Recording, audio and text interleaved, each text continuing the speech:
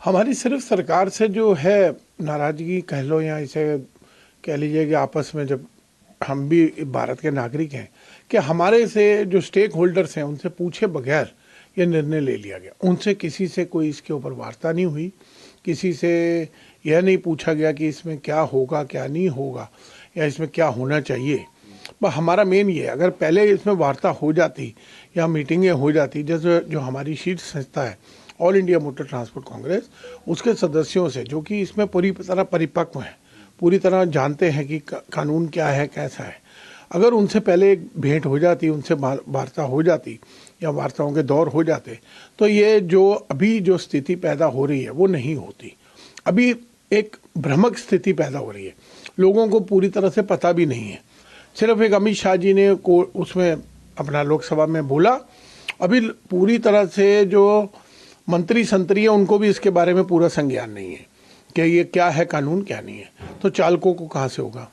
और इसके अंदर जो आप विरोध प्रदर्शन या उसकी बात कर रहे हैं, अभी तक देखिए कोई विरोध प्रदर्शन हमारी तरफ से संस्थाओं की ओर से कोई भी नहीं है, और ना संस्थाओं ने इसके लिए किसी तरह का अभी कोई लागू करा है कि भाई विरोध प्रदर्शन या हम करेंगे या नहीं करेंगे या हमारी क्या रणनीति रहेगी। इसके ऊपर आज हमारी 1:30 बजे एक वर्चुअल मीटिंग है पूरे भारतवर्ष के ट्रांसपोर्टरों के साथ, और उसके बाद 3:30 बजे एक प्रेस वार्ता है। उसके अंदर ये बात सामने आएगी कि हम लोग क्या करें। हमारे सामने एक मुद्दा यह भी है, बड़ा अहम मुद्दा क्योंकि हम भी भारत के नागरिक हैं और भारत हमारा प्रिय देश है। तो मोदी जी के नेतृत्व में हम लोग किसी भी तरह से, हमें भी मालूम है इस समय की नाजुकता, कि हमें भी नाजुकता इस समय की मालूम है कि हमारे देश में बहुत बड़े 2 पर्व होने जा रहे हैं। पहला राम मंदिर का जीर्णोद्धार और दूसरा 26 जनवरी, जिसके ऊपर की पूरे विश्व भर की नज़रें रहेंगी। तो हम नहीं चाहते कि इस टाइम के ऊपर ऐसा कोई, ये कानून अभी 1 अप्रैल से लागू होना है। हम आज अपनी वर्चुअल मीटिंग में भी इस बात को रखेंगे कि अभी हमारे पास बातचीत का, क्योंकि देखिए इसका हल तो बातचीत से ही निकलना है अल्टीमेटली। विरोध प्रदर्शन करके या कुछ भी करके हम सरकार को थोड़ा, लेकिन अगर सरकार हमारी पहले ही बात सुनने को तैयार हो जाती है और मामले की नाजुकता को देख करके, देखिए वो आदमी हमेशा बड़ा होता है जो अपनी गलती मान ले, जो एहसास कर ले कि हाँ मेरे से गलत। तो सरकार ने अगर ये बिना हमसे स्टेक होल्डर से बात करे हुए तो ये करा है, तो हमें पूरा विश्वास है कि सरकार हमारे जो शीर्ष नेतृत्व है उनके साथ बैठ के वार्ता करेगी और इसके अंदर वार्ता करके इसका हल निकाला जाएगा और इसकी जो बारीकियां हैं कानून की वो बताई जाएंगी, और अगर उसमें कुछ त्रुटियां हैं या उसमें कुछ ऐसा है जिससे कि डायरेक्ट किसी को नुकसान होता है, उनको दूर करा जाएगा। बाकी इसके अंदर जो मेन वो है hit and run. Hit and run के अंदर यह है कि ड्राइवर वहाँ पर, चालक कोई भी गाड़ी का हो, चाहे कार वाला हो, चाहे ट्रक वाला हो, चाहे बस वाला हो, उसके अंदर गलती हमेशा बड़ी वाले की निकाली जाएगी।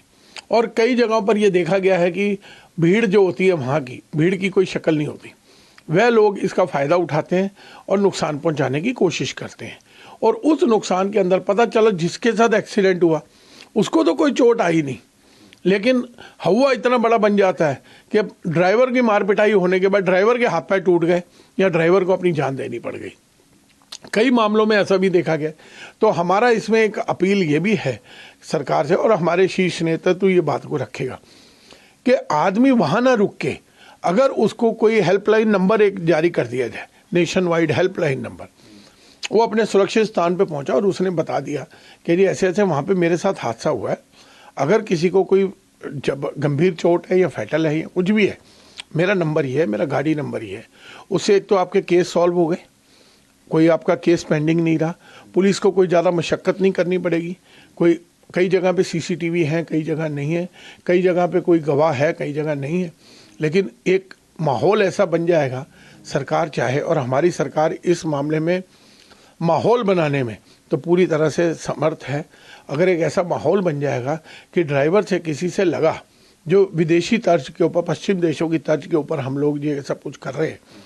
कि अगर कुछ हमारे साथ ऐसा हुआ तो ड्राइवर ने अगर सूचना दे दी तो मामला अपने आप ही सॉल्व हो गया। अगर उसके बाद कानूनी प्रक्रिया में अगर उसको आदमी को ज़्यादा चोट आई है या कम चोट आई है या कुछ है, जो भी कानूनी प्रक्रिया है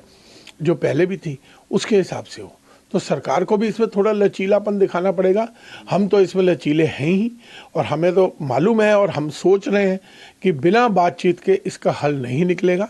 और प्रदर्शन वगैरह करने से हम इसका अभी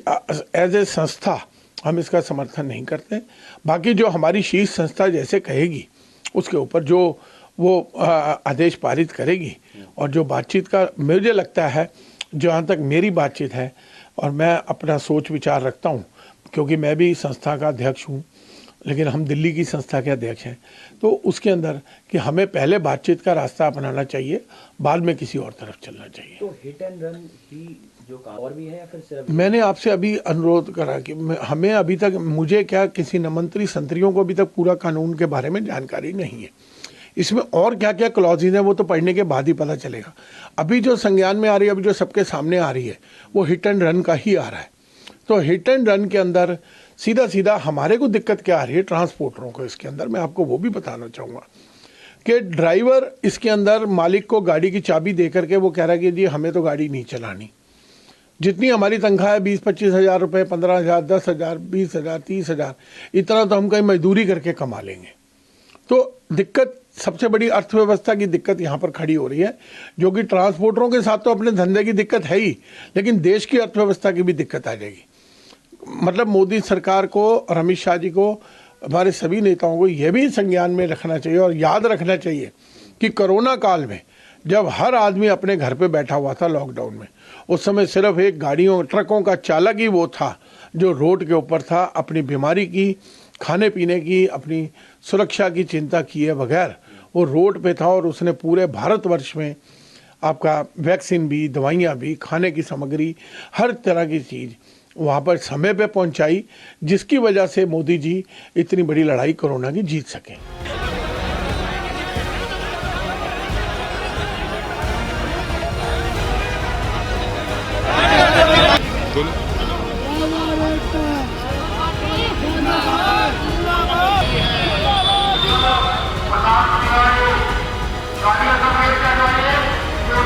स्ट्राइक